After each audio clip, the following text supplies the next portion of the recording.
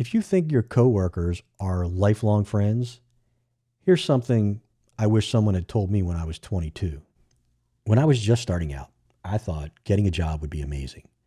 I'd make a whole bunch of new friends, we'd all support each other, and it would be this all for one and one for all type environment. And I'm guessing a lot of you felt the same way. But man, was I wrong. When you're young, everything's exciting, everything's new. At least it was for me. You come out of college, you're eager, you're optimistic for the future, you're going to find that great job, you're going to find your tribe, and you're going to change the world.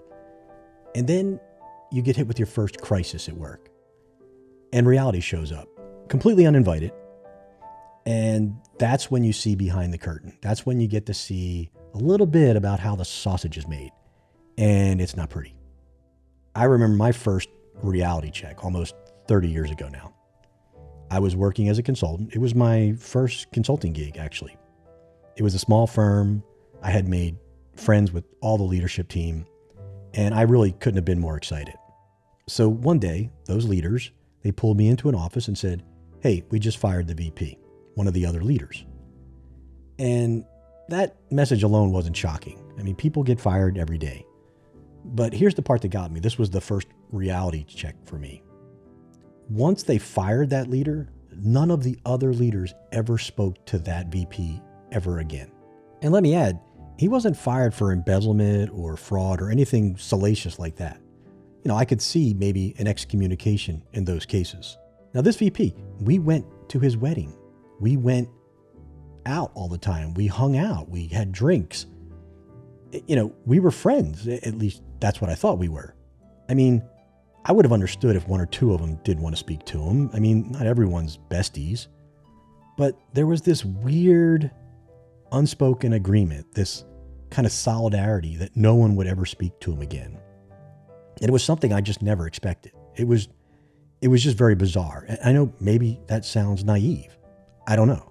But on the day that that VP was fired, the friendship that we had, or at least the friendship I thought we had, ended completely and abruptly. And that just didn't make any sense to me at all.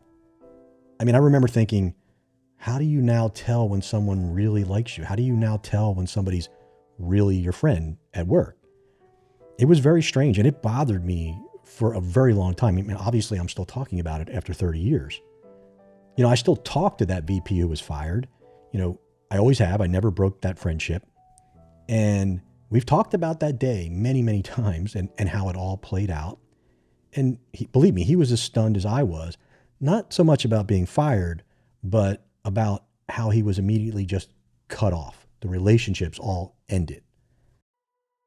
I learned something really important back then, and I know there are exceptions to this rule, but I think in general, you don't really have friends at work, at least not like the friends you develop going to school or as you're growing up. You realize there's a really big difference between having to be around people and wanting to be around them. And that difference, that's what makes someone a real friend. Now, to be fair, I have made lifelong friends throughout my career. But it's a really small group. It's a handful, really. And most of them are because we went through some shared hardship. Like we weathered some storm, we rolled out some hard project together, or we battled some toxic boss. Maybe we should ask ourselves, if we quit today, would any of the people that we work with reach out to us? I mean, would we want any of them to? I mean, let's face it, real friends don't need an excuse to reach out to you, but work friends typically do. It's sad to say, but I have seen this fake friendship stuff play out many times over the years. People pretending to like someone because, they might help me get promoted, or, they might help me get noticed, or whatever the reason. And it's just bizarre behavior to me, and it's one of the main reasons I remain a consultant.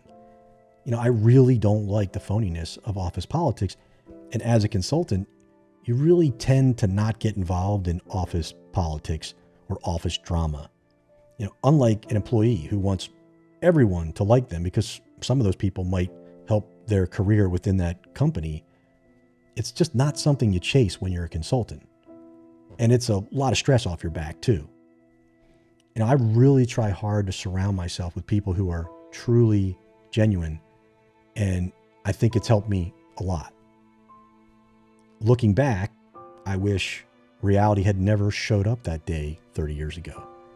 I would have liked to stay in my naive little bubble where I thought we were all good friends and none of it was fake. But the corporate world is a strange place sometimes. It mimics a lot of what we all want and desire, which is friendships, a family feel, a feeling of like we're all in this together. But the reality can be really different, and it can be jarring when you're just starting out. It's like a small betrayal in some odd way. And once you've felt it, once you've seen it, you can't unsee it. And then you start asking yourself, do I have any real friends at work? So what's the lesson here? Well, I'd say enjoy your work friendships. They can be fun and maybe even help you through some tough times. Make them a little easier to bear. Just don't confuse proximity to people with loyalty.